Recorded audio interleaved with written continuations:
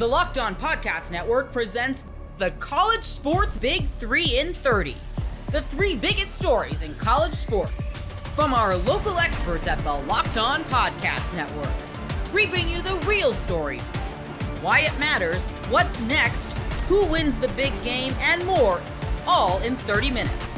The College Sports Big 3 in 30 starts now with the biggest story in college sports. What does the Florida Gators coaching list look like after firing Billy Napier? You are Locked On Gators, your daily podcast on the Florida Gators. The Florida Gators fired Billy Napier. That led to everybody and their mother dropping a list about who might be on it. And we spoke about it on Sunday when Billy Napier got fired. We spoke about who would be on my list and how I would feel about it. We'll spend more time this week talking about who would be on my list. But for a lot of those lists, it's, Lane Kiffin, it's Marcus Freeman. Dan Lanning's name is going to pop up. Eli Drinkwitz from Missouri is going to pop up. Kenny Dillingham from Arizona State is going to pop up. James Franklin from Penn State is going to pop up, or formerly from Penn State. Jeff Brom probably isn't popping up enough. Brent Key, Rhett Lashley, a lot of ACC names there. I think that the reality is this list probably isn't as extensive as we think it is. And I'm also curious to know, I guess, how much of this is actually solidified, or if this is because when I gave my list on Sunday, when Billy Napier got fired, I had it tiered, right? I said, this is tier 1, this is tier 2, or it was tier 1, tier 2 W, and tier 2 A.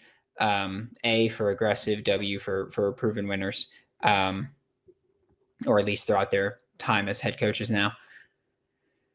And I do think that most people have, if they were to tier these lists, I do think most of them would have the same tier 1 of Lane Kiffin, Marcus Freeman.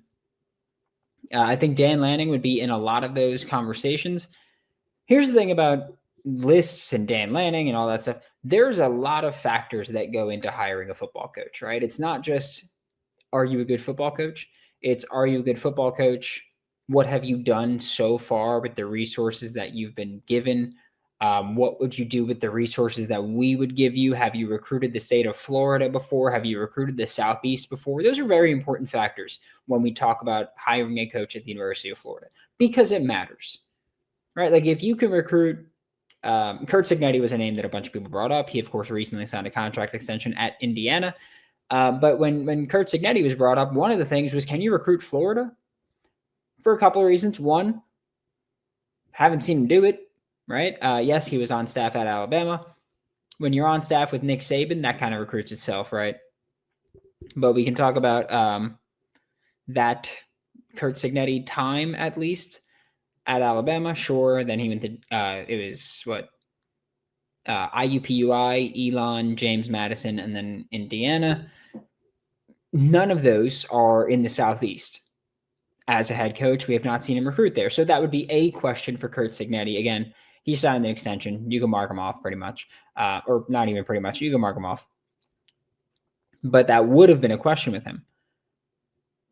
For some guys, that's going to be a question. For others, it's not, right? Lane Kiffin's a name that's brought up all the time and is at or near the top of pretty much every Florida Gators fan list.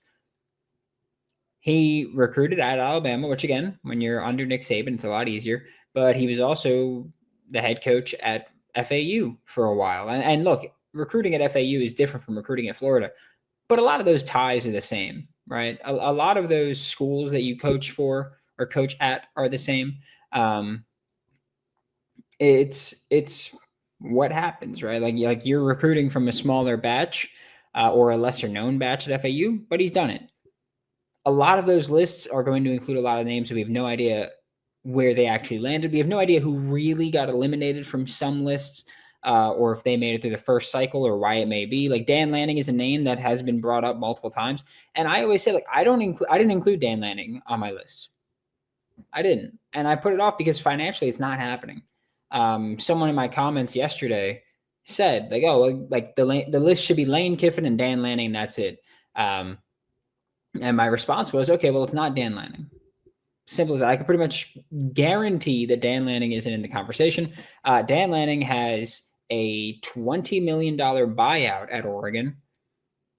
But on top of that, Dan Lanning has terms in his contract that basically state, hey, you're going to get $30 million in Nike stock if you stay through the duration of your initial contract, which is still a few more years. That really means you're going to have to pay him 50 to 60 million, depending on especially when the 30 million in Nike stock is. Like, is that 30 million at its stock price when it happened? And then if it goes up, then it goes up. Like, is that now worth 40 something million? Maybe. I don't know the Nike stock price. I'm just throwing numbers out there. Or is it 30 million when he comes out? Then that matters as well. Cause then you're still going to have to probably pay him more than that to justify the opportunity cost that he's lost there. Then of course you've got the 21 million for Billy Napier, and you're already talking about over $100 million when you include assistants and NIL and all that stuff. You're talking well over $100 million. Dan Lanning, not happening. Get over it. Marcus Freeman is another name that comes up where the buyout is, I think, very warranted to be brought up as a concern there. This is, again, these are lists that are incredibly long. They've got a ton of reasons behind them. I've said before, like, I think Jeff Brom should be higher up on a lot of people's lists, if we're being honest. I just like he wins first off. He won at Purdue. He wins at Louisville. So he does win a lot of games. He's an offensive mind. He's a proven winner, but he's at his alma mater. Do I think he's going to leave? No, I don't. Kenny Dillingham, a name that keeps being brought up for the Florida Gators. Dude wins, right? Arizona State is his alma mater. I don't think he's going to leave there. The Big 12 championship last year, made the college football playoff last year. Do I think he leaves? No, I don't think he's leaving his alma mater there. And I don't think that that's the case for everybody, but I do think that when you talk about some guys, alma mater really does matter.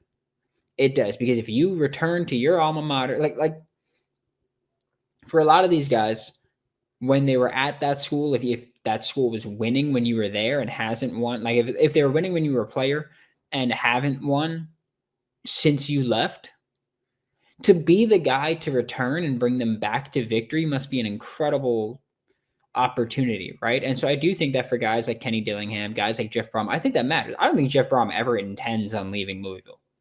I really don't.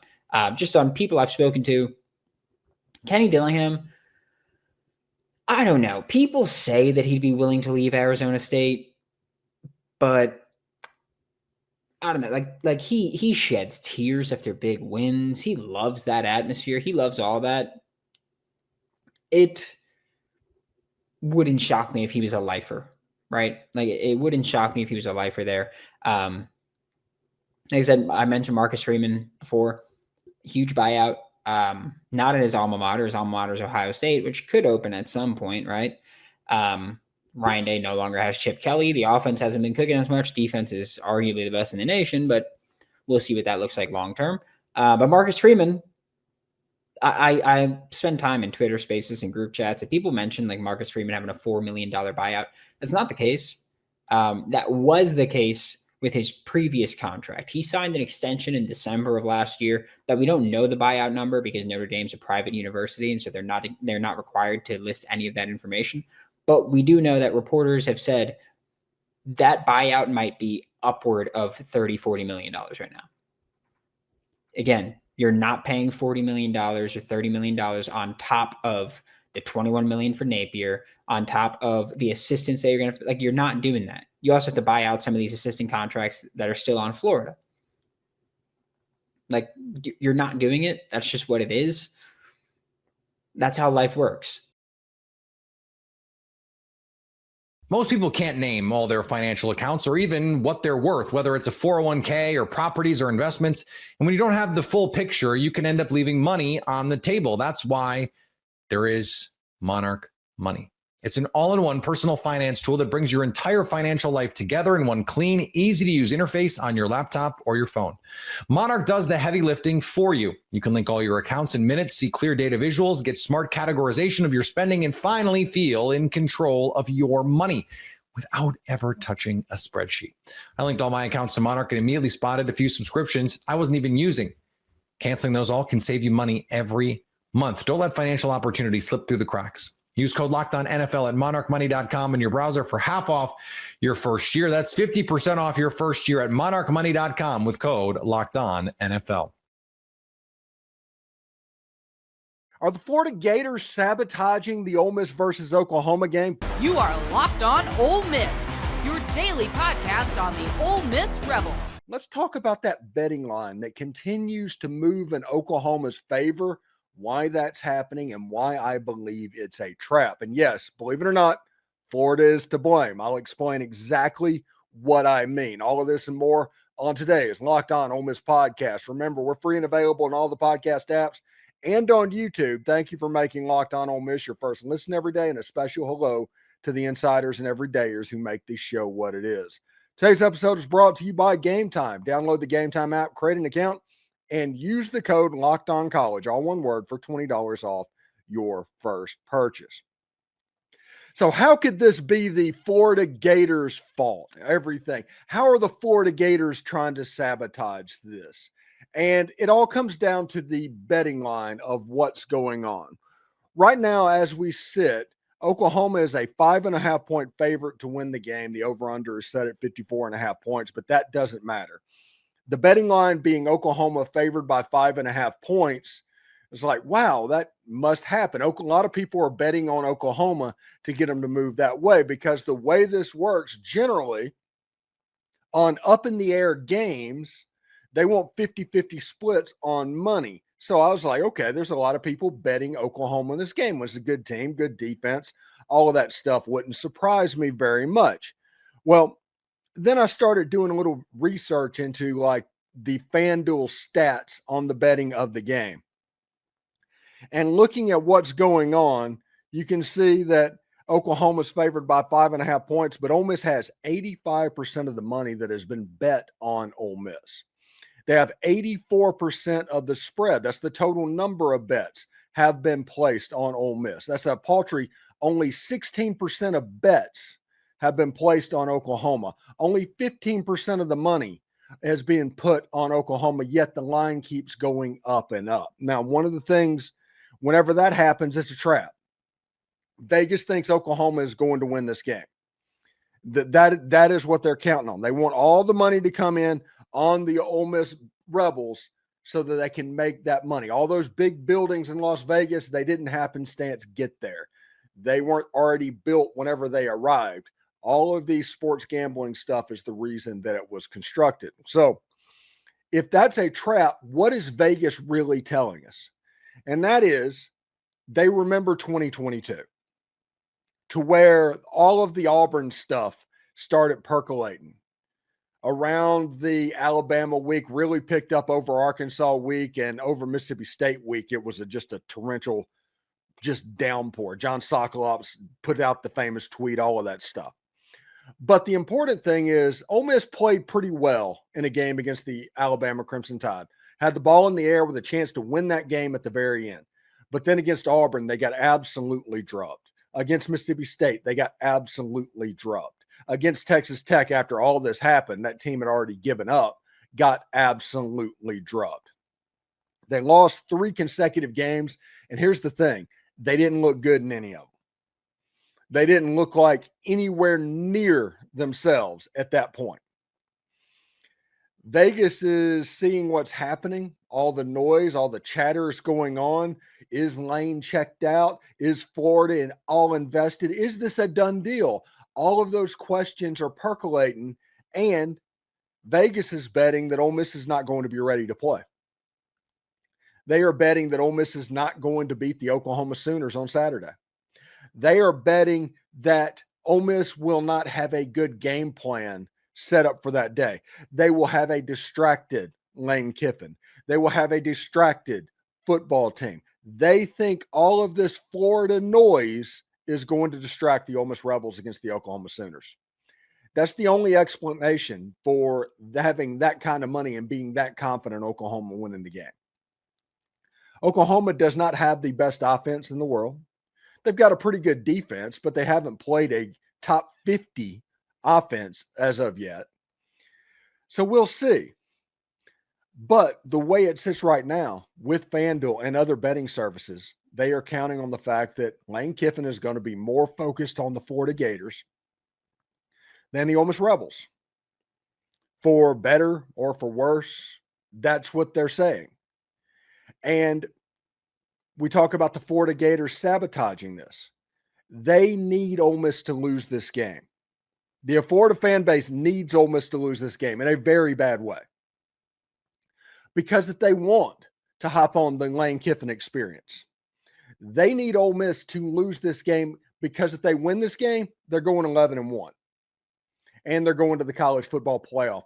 And every card that you can play about why Florida is a better job than Ole Miss, all of a sudden it's out the window. It's gone. Florida fans are heavily invested. That's the reason the noise is so loud right now. That's the reason you're seeing national pundits going, well, it just makes sense that he goes to Florida. This is why all of the Florida fans are creating all this smoke, so they can control the narrative of what's going on.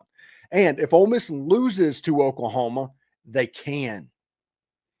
At that point, if Ole Miss loses to Oklahoma, granted, it's only the second loss, but there's probably more coming, if we're going to be honest about it.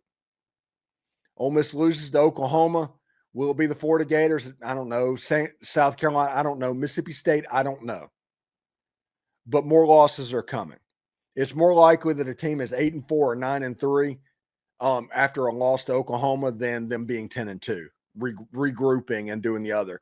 Because all of the negativity and the rumors will really take off at that point. And you'll hear about, see, told you that Ole Miss was not going to be competitive. Remember, this was supposed to be a rebuilding year, by the way. This was supposed to be a happenstance year to make the college football playoff. Now they've moved the goalpost to the point where if Ole Miss doesn't make the playoffs this year, Lane Kiffin should leave, because Ole Miss is a crap job and they'll obviously will never do it. That is what we're dealing with this weekend, people. That is what we need to avoid. And the way you stop it is by beating the Oklahoma Sooners. In Owen Field, Gaylord Family Stadium, the whole 9 yards, whatever they call it, the Palace on the Prairie, getting the win is going to be the most important thing. The Locked On host at Locked On Sooners, who's been on the program a couple of times, honestly, kept mentioning the first half. Last year's Oklahoma team was winning at halftime over Ole Miss, as if that held any relevance whatsoever to this game. Ole Miss didn't play particularly well in that game against Oklahoma, that game. It was a morning kickoff. For whatever reason, they haven't been able to perform at that time slot. But Trinidad Chambliss, Jackson Dart, Trey Harris, the receivers that Ole Miss have, the running game that Ole Miss has, I tried to explain to him that this is a completely different Ole Miss offensive team. And I think I did a pretty decent job, but I had to explain it to him over and over again, because last year leading at halftime is absolutely irrelevant to how this game is going to play out. Listen, Brent Venables has a good defense, genuinely good defense. They attack, they play matchups. They're going to try and figure out a way to make that defensive line disruptive for Ole Miss. The offensive line better pack a lunch, period. But the way it's set going off last year, Ole Miss probably is a better football team than the Oklahoma Sooners. Now, that's not a guarantee that Ole Miss is going to win. That's not a guarantee of anything happening. But if the game was played on paper, Ole Miss should win this game. It's kind of like the paper metrics all said that Ole Miss offensively was going to come out and deal against the Georgia Bulldogs. And lo and behold, they did. 5 touchdowns in their first 5 drives. I imagine this will be a similar thing. And we'll talk to the Locked On Sooners people on tomorrow's podcast. We'll do the Why Ole Miss Wins thing on Friday's podcast.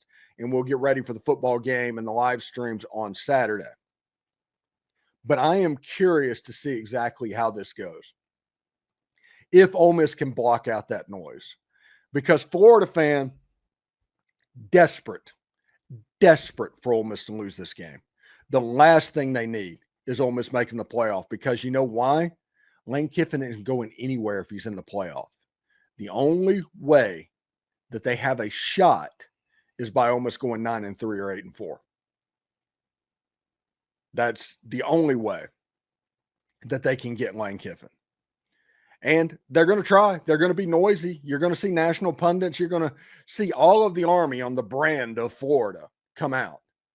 But is Florida a better job for Lane Kiffin? Not overall. Do they have money and population and all that? Is it a better job for Lane Kiffin? No, it's not.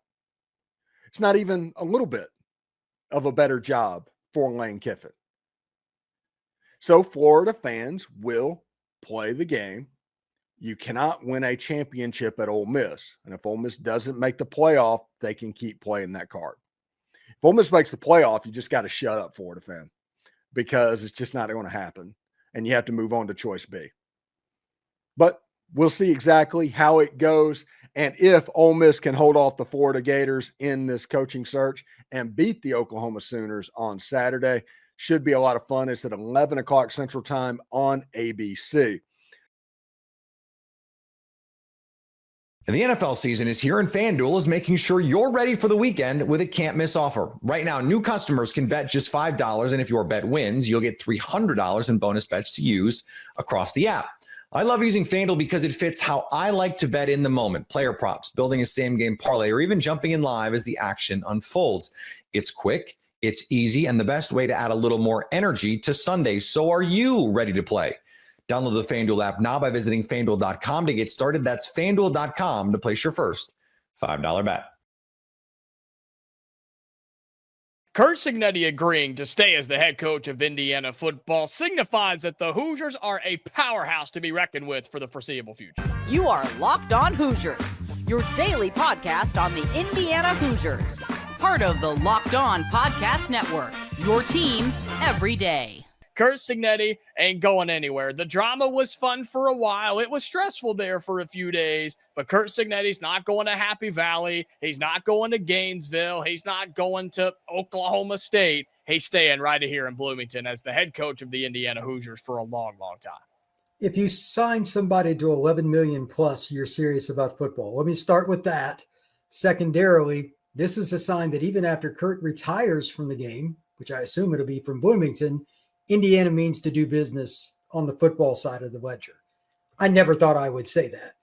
But when I saw his contract, I'm like, holy cow. So they've decided to pony up. And it's wild. This is one of the very first times that I've seen anybody in the Big Ten really buck up financially. Like Wisconsin was the traditional downtrodden program that had a run. It's over, obviously. But they are terrible. But apparently still back Luke Fickell is what I saw earlier this week, that they're still ready to go. Yeah, that's called we don't want to pay any money because we stink so bad it just doesn't matter. That's all that is. That's a money grab. That's fair. But Indiana, they're doing a money grab in both directions. They're investing and they're also filling the stadium. That's the best way to do business, my friend. You got to bring in money to spend money. And right now, the recruiting list, we'll talk about that a little bit here in a little while. They're improving that. Their staff is locked in.